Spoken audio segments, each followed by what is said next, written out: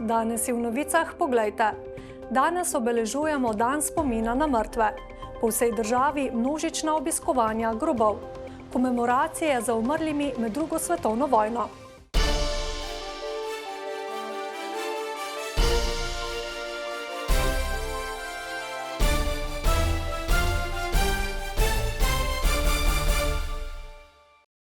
Dober večer.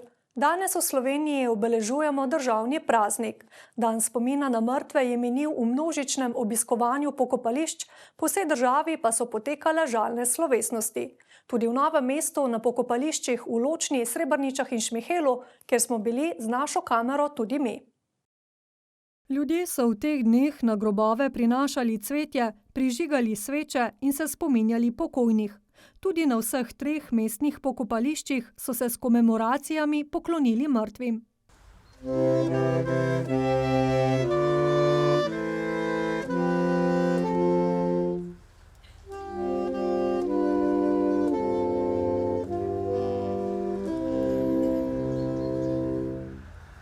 Zbrane je nagovoril župan Gregor Macedoni in v spomin na umrle položil vence.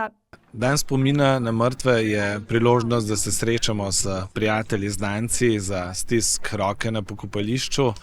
Hkrati je pa tudi priložnost za spominjanje vseh tistih, ki so bili tukaj v tej naši lokalni skupnosti pred nami, ki so vse ustvarjali to, kar mi danes živimo. Prav je, da razumemo, da so mi danes žanjemo rezultate, hkrati pa ustvarjamo tisto, kar bojo naši zanamci lahko tukaj živeli. Prav je, da znamo prepoznati tiste vrednote, ki so iz zgodovine prinesle tudi ta napredek, ki ga danes živimo, in da ohranjamo te vrednote, hkrati pa seveda, da se zavedamo, da moramo veliko stvari spremeniti v naši družbi in tudi s tem sooblikovati neko bolj prijazno in svetlejšo prihodnost za vse zanamce. 1. november je priložnost, da se ob grobovih srečajo sorodniki in znanci, predvsem pa je to dan obujanja spominov. A najpomembneje je, da se pokojnih spominjamo vsak dan, ne le danes. Te dni se po naših krajih odvijajo tudi številne komemoracije v spomin na padle in preminule med drugo svetovno vojno. Osrednjo belokranjsko spominsko slovesnost so pripravili včeraj dopoldne na Gričku v Črnomlju.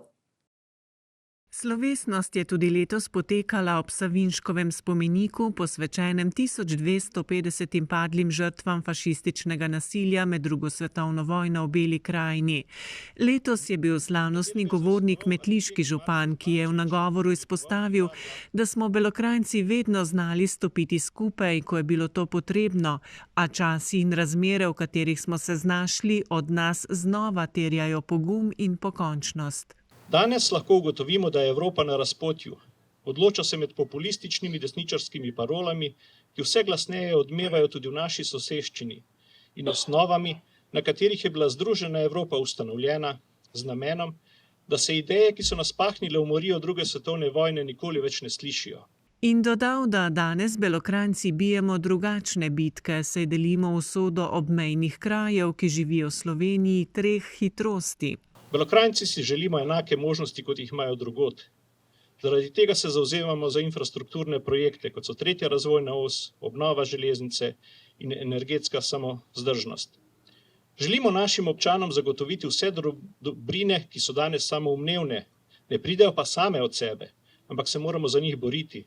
Imamo pa veliko srečo, da lahko energijo za ta boj črpamo iz pogumnih dejanj naših prednikov, ki so za svoja prepričanja in dejanja bili pripravljeni dati največ, kar človek lahko, svoja življenja.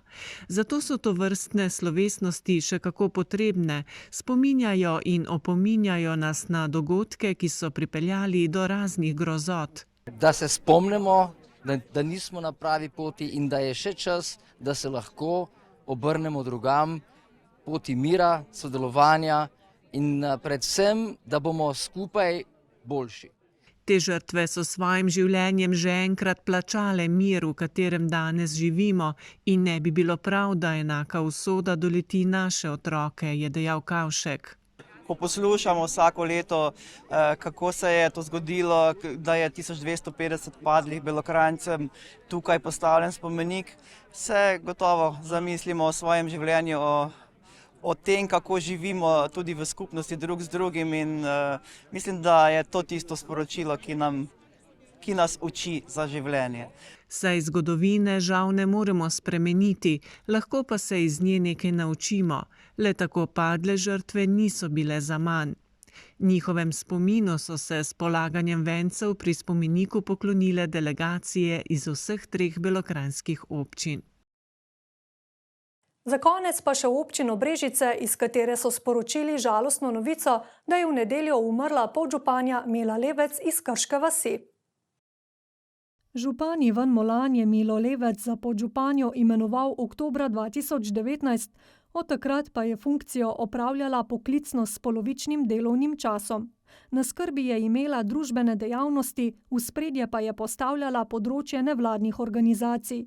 Datuma žalne seje in pogreba za zdaj še nista znana. Sožalje svojcem tudi iz uredništva novic.